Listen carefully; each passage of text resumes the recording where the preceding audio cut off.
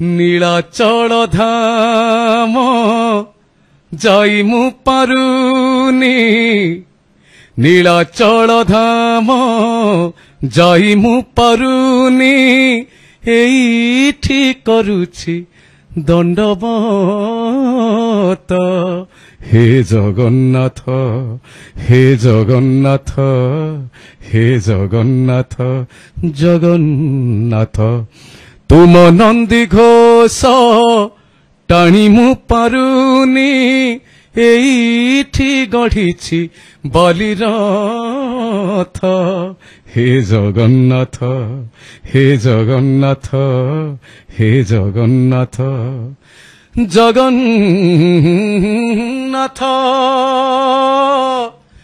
জগন্নাথ कोलकाता श्रीचरण महांती आमे देखा पाउछंती जे 2 दिन व्यापी विशेषकर ओडिया महल रे चहल सृष्टि करिछि।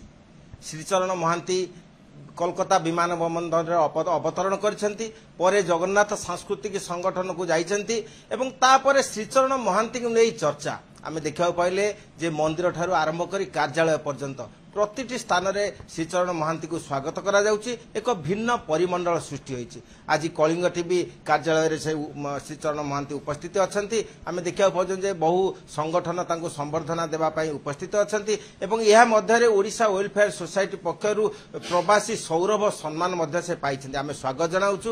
आमे प्रथमे श्रीचरण महांती को पचारिबा जे सर आपण कोंतु जे देखियो पाउछु जे दर्शक माने आपण को देखिबा पई आपण को संगीत सुनिबा पई किपरि विभोर होई उठछन्ती।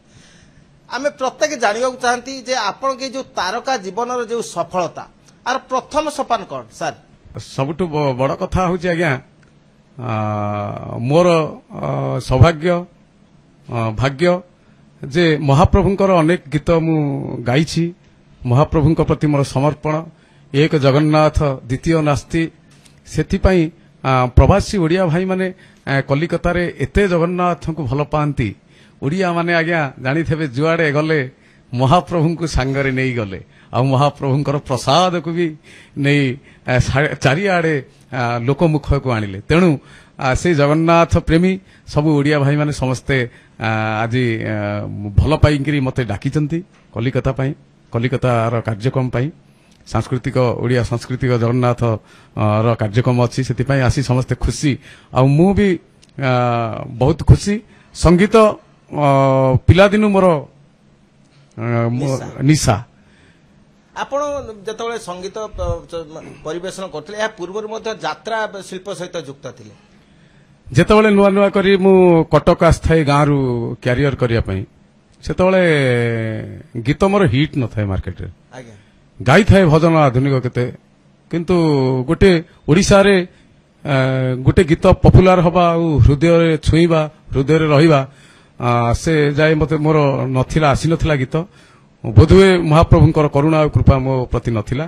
ता पूर्वरु प्रेमा भाई सहित मु यात्रा रे बहुत काम करछि गीत असिस्टेंट भाबे रे गीतटा केन तयारी करा जाय गीत को केमिति अरेंजमेंट करा जाय गीत को केमिति स्वर लिखा जाए आ गायकी केमिति गाय बोलिबा केमिति हुए ताको मु सेतबळे शिखिथिली जानिथिली जानुथिली गायबा पूर्व विशेषकर आमे देखिया पाइछु जे आपण जेतबळे भक्ति संगीत परिवेशन करंती तार एक नियारा मोड़ निये प्रतिटी क्षेत्र रे आपण हसर खोराक जगांती कॉमेडी करंती एवं यही आपण जेकोसी प्रोग्राम करंती टीवी रे देखिया पाउ जे श्रीचरण केतबळे आसीबे जदी आपण कोनोसी कार्यक्रम रे नाहंती छते जे पर से मांदा देखा जाय एई जो रूप छंद आर जो नेपथ्य तत्व कोन महाप्रभु का आशीर्वाद आ साधारण लोक मानको मो प्रति साधारण लोक मानकर भल पाइबा कथा होची कोन आमे तो प्रति मुहूर्त रे आज आज जुग बदली जाईची हाथ रे समस्त हाथ रे पॉकेट रे दुईटी मोबाइल बाकी टीवी सब घरे घरे टीवी तेणु सबु बेले आमे संगीत शुणुचे संगीत प्रति आमे सबु बेले जड़ित रहुचे तेणु एमिति गीत गाओ समस्त गाउचंदी एमिति गीत गाओ गीत रे एमिति कथा कुह गीत को नहीं एमिति महाल सृष्टि कर सी टिके अलगा कथा तेणु मु गाइला बेले महाप्रभु प्रति निजको समर्पित करे आ किछि कहे जो कथा गुड़ा लोक मान हृदय को छुए ना आपनकर ए जो कॉमेडी ପ୍ରକୃତରେ ଆପଣଙ୍କର ଏଇଟା ପ୍ରବୃତ୍ତି ନା ଆଦୃତି ଲାଭ କରିବା ପାଇଁ ଅର୍ଥ ଉପାର୍ଜନ କରିବା ପାଇଁ ଲୋକଙ୍କୁ ନିକଟତର କରିବା ପାଇଁ ଏକ ଅଭ୍ୟାସ? ଇଏ ମୋର ପ୍ରକୃତି। ପିଲାଦିନେ ମୁଁ ଗାଁରେ ଯେମିତି ଥିଲି ଆଜି ସହରରେ ରହିଛି ସେମିତି ଅଛି। ଗାଁରେ ଶାଗ ସନ୍ତୁଳା ଖାଉଥିଲି, ଆଜି ବି ସହରରେ ରହି ଶାଗ ସନ୍ତୁଳା ଖାଉଛି। ଆଉ ଗାଁରେ ଗାମୁଛା ପିନ୍ଧି ବୁଲୁଥିଲି, ଆଜି ବି ସହରରେ ଗାମୁଛା ପିନ୍ଧି ବୁଲେ। ମୁଁ ସେମିତି କି ଗୋଟିଏ କଣ୍ଠଶିଳ୍ପୀ ଏତେ ନାଁ କରିଛି, ଲୋକମାନେ ଏତେ ଭଲ ପାଉଛନ୍ତି, ସେ ଆଜି ଯାକେ ମୁଁ ଜାଣିନି। ସମସ୍ତେ କହନ୍ତି ତମେ ଜାଣିନ ତମେ କୋଉଠି। ମୁଁ ମହାପ୍ରଭୁଙ୍କୁ ଡାକେ, ମହାପ୍ରଭୁ ସେଇ ବୁଦ୍ଧି ମତେ ଦିଅ, ମୁଁ ଆଜି ଯାକେ ବି ନ ଜାଣେ ମୁଁ କୋଉଠି, କେବଳ ଜାଣିଥାଏ ମହାପ୍ରଭୁଙ୍କ ଗୀତ ଗାଇବା। ତେଣୁ ମହାପ୍ରଭୁଙ୍କ ପାଇଁ ଯେତିକି ଯାହା ଆସିଛି ଇଏ ହେଉଛି ମହାପ୍ରଭୁଙ୍କର ଆଶୀର୍ବାଦ। ଆପଣ କୁହନ୍ତୁ ଯେ ସେଇ ଯୁଗର ମୀରାବାଇ, ସାଲବେଗ, ସୁରଦାସ ସେଇ ଯୋଉ ସଙ୍ଗୀତର ମୂର୍ଚ୍ଛନା ସୃଷ୍ଟି କରିଥିଲେ, ସେହି ସମୟରେ ବସୁଧୈବ କୁଟୁମ୍ବକମର ବାର୍ତ୍ତା ଦେଇଥିଲା। ବର୍ତ୍ତମାନ ସମାଜ ବ୍ୟବସ୍ଥାରେ, ଜଗତୀକରଣ ବ୍ୟବସ୍ଥାରେ ଏହାର ପ୍ରାସଙ୍ଗିକତା କେତେ? ବଦଳି ଯାଇଛି, ଅବଶ୍ୟ ବଦଳି ଯାଇଛି। ଯୁଗ ବଦଳି ଯାଇଛି, ସମୟ ବଦଳି ଯାଇଛି।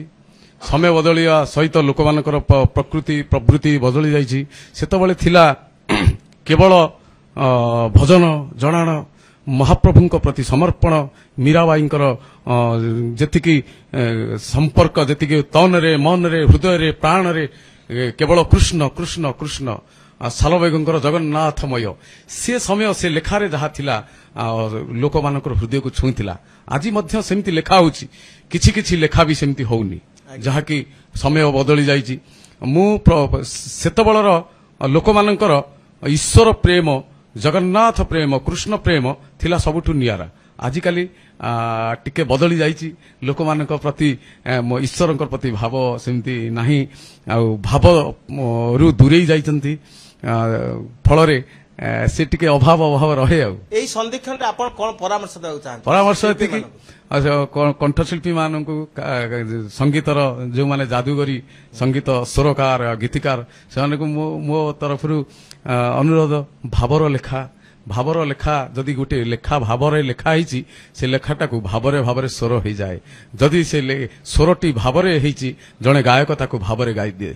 ଆଉ ଭାବରେ ଗାଇଦେଲେ ସେ ମହାପ୍ରଭୁଙ୍କ ଛାତିକି ଛୁଇଁଯାଏ, ହୃଦୟକୁ ଛୁଇଁଯାଏ। ଆଉ ମହାପ୍ରଭୁଙ୍କ ହୃଦୟକୁ ଯୋଉଟା ଛୁଇଁଯାଏ, ସେ କୋଟି କୋଟି କୋଟି କୋଟି ଜନତାଙ୍କ ହୃଦୟକୁ ଛୁଇଁ ଯାଇଥାଏ।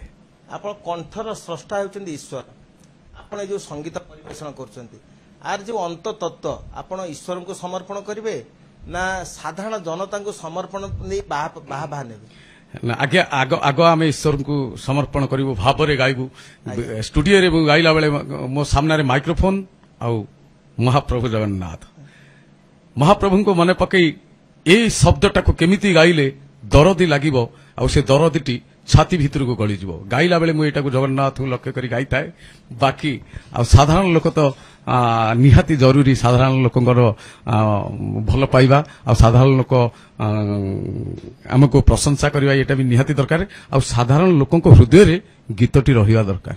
ତେଣୁ ବାହା ପାଇଁ ମୁଁ ଗୀତ ଗାଏନି, କେବଳ ମୁଁ ଗୀତ ଗାଇ ଜାଣିଛି କେବଳ ଜଗନ୍ନାଥଙ୍କ ପାଇଁ। ଆଉ ଯେତେ ଦିନ ବଞ୍ଚିଥିବି ମହାପ୍ରଭୁଙ୍କର ଭଜନ ସେବା କରୁଥିବି। ସେବା ନୁହେଁ ତ ସେବକ, ନୁହେଁ ତ ସେବକଟିଏ ହେଇଥିବି। ଆପଣ ହয়তো ଜାଣନ୍ତିନି ଯେ ଯେତେବେଳେ ଲକଡାଉନ ଚାଲିଥିଲା, ସେତେବେଳେ ଅନେକ ଓଡ଼ିଆ ଏଠାରେ ପରିବାର ଓଡ଼ିଶାରେ ରହୁଥିଲେ ଏବଂ ସେମାନେ ଏକାକୀ ଜୀବନଯାପନ କରୁଥିଲେ। ସେମାନଙ୍କ ସଙ୍ଗୀ ନିଶବ୍ଦ ହିଁ ଥିଲା। ସେଇ ନିଶବ୍ଦତା ମଧ୍ୟରେ ଆପଣଙ୍କ ସଙ୍ଗୀତ ହିଁ ଅନେକ ଶୁଣିଛନ୍ତି, ଗଭୀରତା ତା ଉପଲବ୍ଧି କରିଛନ୍ତି। ଏହି ଅବସରରେ ଆପଣ ସେମାନଙ୍କୁ କଣ କହିବାକୁ ଚାହାନ୍ତି? ଲକଡାଉନ ସମୟରେ ଯେତେବେଳେ ଘୋର ପରିସ୍ଥିତି ଆଇଲା, ମହାମାରୀ ରୂପ ନେଇ ଲୋକମାନେ ଅସ୍ତ ବ୍ୟସ୍ତ ବିବ୍ରତ, ଲୋକମାନଙ୍କ ଖାଇବାକୁ ବି ପାଇଲେନି, ଲୋକମାନେ ଜଣକଠାରୁ ଜଣେ ଡିଷ୍ଟାନ୍ସ ମେଣ୍ଟେନ କଲେ। ସେହି ସମୟରେ ଆମେ କେବଳ ଗୋଟିଏ ଥିଲା ମିଡିଆ ବାଇ ଫୋନ୍, ମୋବାଇଲ ମାଧ୍ୟମରେ ସଙ୍ଗୀତ ଅନେକ ମୁଁ ଗାଇ ଚାଲିଲି। ସବୁ କମ୍ପାନୀରେ ମୁଁ ଗାଇ ଚାଲିଲି। ମତେ ବି ସରକାର ତରଫରୁ ଗୋଟିଏ ପାସ୍ ମିଳିଲା, ଥାନା ତରଫରୁ ତା ପାସ୍ ମିଳେ। ମୁଁ ସେ ପାସ୍ ଦେଖେଇ ପ୍ରତି ଷ୍ଟୁଡିଓ ବୁଲି ମୁଁ ରେକର୍ଡିଂ କରୁଥାଏ। କାରଣ ଗୋଟିଏ ଯଦି ଆମେ 6 ମାସ ବନ୍ଦ କରିଦେବା ସଙ୍ଗୀତ, ଲୋକମାନଙ୍କ ହୃଦୟରୁ ଆମେ ବାହାରିଯିବା କି ମହାପ୍ରଭୁଙ୍କ ପ୍ରେମ ମହାପ୍ରଭୁଙ୍କ ଭାବନା ମହାପ୍ରଭୁଙ୍କର ଯେତିକି ସାଧାରଣ ଲୋକଙ୍କ ପ୍ରତି ଯେତିକି ବିଶ୍ୱାସ ଭରସା କାଳେ ତୁଟିଯିବ ସେଥିପାଇଁ ଆମେ ଜଗନ୍ନାଥ ଭଜନ ଗୋଟିକ ପରେ ଆମେ ରେକର୍ଡିଂ କରି ରଖିଥାଉ। ଆଉ ସେ ଲେଖାରେ ଥାଏ କ'ଣ ନା ସାଧାରଣ ଲୋକଙ୍କର ଜଗନ୍ନାଥଙ୍କ ପ୍ରତି କି ଭାବନା ଥାଏ ସେଇ ଭାବନାଟା ଲୋକମାନଙ୍କୁ ଆହୁରି ଛୁଇଁଗଲା ସେଇ ସମୟରେ। କୋଟି ଜନତାଙ୍କ ମଧ୍ୟରେ ଶ୍ରୀଚରଣ ମହାନ୍ତି ଅନ୍ୟତମ। ଆମେ ଦେଖିବାକୁ ପାଉଛନ୍ତି ଯେ ତାଙ୍କ ସଙ୍ଗୀତ ପ୍ରତ୍ୟେକଙ୍କ ହୃଦୟକୁ ସ୍ପନ୍ଦନ କରିଛି। ଆପଣ କୁହନ୍ତୁ ଯେ ଏଇ ଯୋଉ ସ୍ପନ୍ଦନ ପ୍ରକୃତରେ ଆପଣ ଅର୍ଥ ଉପାର୍ଜନକୁ ବିଶେଷ ଗୁରୁତ୍ୱ ଦେବେ ନା ବିଭୁ ଦତ୍ତ ଭାବେ ଜୀବନ ଯାପନ କରିବେ? ଅର୍ଥ ଉପାର୍ଜନ କଥା ତ ପର କଥା। ପ୍ରଥମେ ଆମେ ଗୀତ ଗାଇବା ମହାପ୍ରଭୁଙ୍କ ପାଇଁ ଜଗନ୍ନାଥଙ୍କ ପାଇଁ ଭଜନ ଜଣାଣ ଗାଇବା। ଇଏ ହଉଛି ଫାଷ୍ଟ ମହାପ୍ରଭୁଙ୍କ ଖୁସି କରିବା ପାଇଁ ଆମେ ଗାଇଥାଉ ମହାପ୍ରଭୁଙ୍କର ପାଖ ହବା ପାଇଁ ଆମେ ଗାଇଥାଉ। ତେଣୁ ଯଦି ଆମେ ମହାପ୍ରଭୁଙ୍କ ପାଇଁ ହୃଦୟରେ ଆମେ ଗାଇଥିବା ଗୋଟେ କଥାରେ କହନ୍ତି ଭାବରେ ଗାଇଦେଲା। ଜଣେ ଯଦି କେହି ଭାବରେ ଗାଇଦେଲା ସେ ଗୀତଟା ସମସ୍ତଙ୍କ ହୃଦୟକୁ ଯିବ। ଆଉ ଯାହା ପାଖରେ ଭାବ ନାହିଁ ସିଏ କି ମଣିଷ ସିଏ କି କଣ୍ଠଶିଳ୍ପୀ? ଯୋଉ କଣ୍ଠରେ ଭାବ ନାହିଁ ଦରଦି ନାହିଁ କଣ୍ଠଶିଳ୍ପୀର ଚାତୁରତା ନାହିଁ କାରୁକାର୍ଯ୍ୟ ନାହିଁ ସିଏ କି କଣ୍ଠଶିଳ୍ପୀ ଆଜ୍ଞା? ଆଉ ତେଣୁ ସେମିତି କଣ୍ଠଶିଳ୍ପୀ ହେବା ପାଇଁ ନିହାତି ଭଜନ ସାଧନ ନିହାତି ଜରୁରୀ ଯୋଉଟା କୁହନ୍ତି ରିୟାଜ। ତେଣୁ ଏଇ ଯୋଉ ସାଧନା କାହାକୁ ଶ୍ରେୟ ଦେବେ? ସାଧନା ମୁଁ ମା ଶାରଳାଙ୍କର କୃପା ଆଉ ମା ଶାରଳାଙ୍କର ଆଜ୍ଞାମାଳ ମୁଁ ପାଇଥିଲି ଏ ଜୀବନରେ ଏ ଜନ୍ମରେ। ମୁଁ ଧନ୍ୟ ମାଙ୍କର ଶାରଳାଙ୍କର ଭକ୍ତ ମାଙ୍କର ସନ୍ତାନ ହେଇ। ଆଉ ଏ ଜନ୍ମରେ ସିଏ ମୋ ମା ଶାରଳା ସିଏ ମୁଁ ଧନ୍ୟ। ଆଉ ଜଗନ୍ନାଥ ମହାପ୍ରଭୁ ସିଏ ଭକତ ମୁଁ ଭକତ ସିଏ ମୋ ଦେବତା। ଏ ଜନ୍ମରେ ଦେବତା ଏଭଳି ଦେବତା ପାଇ ମୁଁ ବି ନିଜକୁ ଧନ୍ୟ ମନେ କରୁଛି। କୋଲକାତାରେ ବୃତ୍ତି ସୂତ୍ରରେ ଲକ୍ଷ ଲକ୍ଷ ଓଡ଼ିଆ ଏଠାରେ ବସବାସ କରନ୍ତି। ଓଡ଼ିଆ ଶିକ୍ଷା ସଂସ୍କୃତିକୁ ଉଜ୍ଜୀବିତ ପାଇଁ ସେମାନେ ମଧ୍ୟ କାର୍ଯ୍ୟ କରନ୍ତି। ସେମାନଙ୍କ ଉଦ୍ଦେଶ୍ୟରେ ଆପଣ କ'ଣ କହିବେ? ମୁଁ ଦେଖିଲି ଯେତିକି ଆମ ଓଡ଼ିଆ ଭାଇମାନଙ୍କୁ ଭେଟିଲି ସମସ୍ତେ ସମସ୍ତଙ୍କ ପ୍ରାଣରେ ହୃଦୟରେ ମନରେ ଜଗନ୍ନାଥ। ଯେତେ ଦୂର ଗଲେ ବି ଜଗନ୍ନାଥଙ୍କୁ ଭୁଲି ନାହାନ୍ତି ଓଡ଼ିଆ ସଂସ୍କୃତି ଆଉ ପରମ୍ପରାକୁ ଭୁଲି ନାହାନ୍ତି। ଆମେ ମୁଁ ତ ବାଟରେ ଗଲାବେଳକୁ ଓଡ଼ିଆ ଭାଇମାନଙ୍କୁ ଦେଖିଲି। ମୁଁ ସେଠୁ ପାନ ଦୋକାନରୁ ପାନ ଭାଙ୍ଗି ଖାଇଲି ଆଉ ସେମାନଙ୍କ ସହିତ କଥା ହେଲି ବି। ସେମାନେ ସେଇ ଜଗନ୍ନାଥ ସଂସ୍କୃତି ପ୍ରେମୀ ଆଉ ସେଇ ପରମ୍ପରା ମୁଁ ଶୁଣିଲି। ଆମେ ଶୁଣିଲେ ଭକ୍ତି ଭରା ସଙ୍ଗୀତ ଭାବରେ ଭଗବାନ ଏବଂ ସେଇ ଭାବକୁ ସେ ଗୁରୁତ୍ୱ ଦେଇ ଶ୍ରୀଚରଣ ମହାନ୍ତି ଜଗନ୍ନାଥ ଏବଂ ମା ଶାରଳାଙ୍କ ଆଶୀର୍ବାଦ ପାଇଛନ୍ତି ଯାହାକି ଆଜି କୋଟି ଜନତାଙ୍କ ହୃଦୟରେ ତାଙ୍କର ସ୍ଥାନ।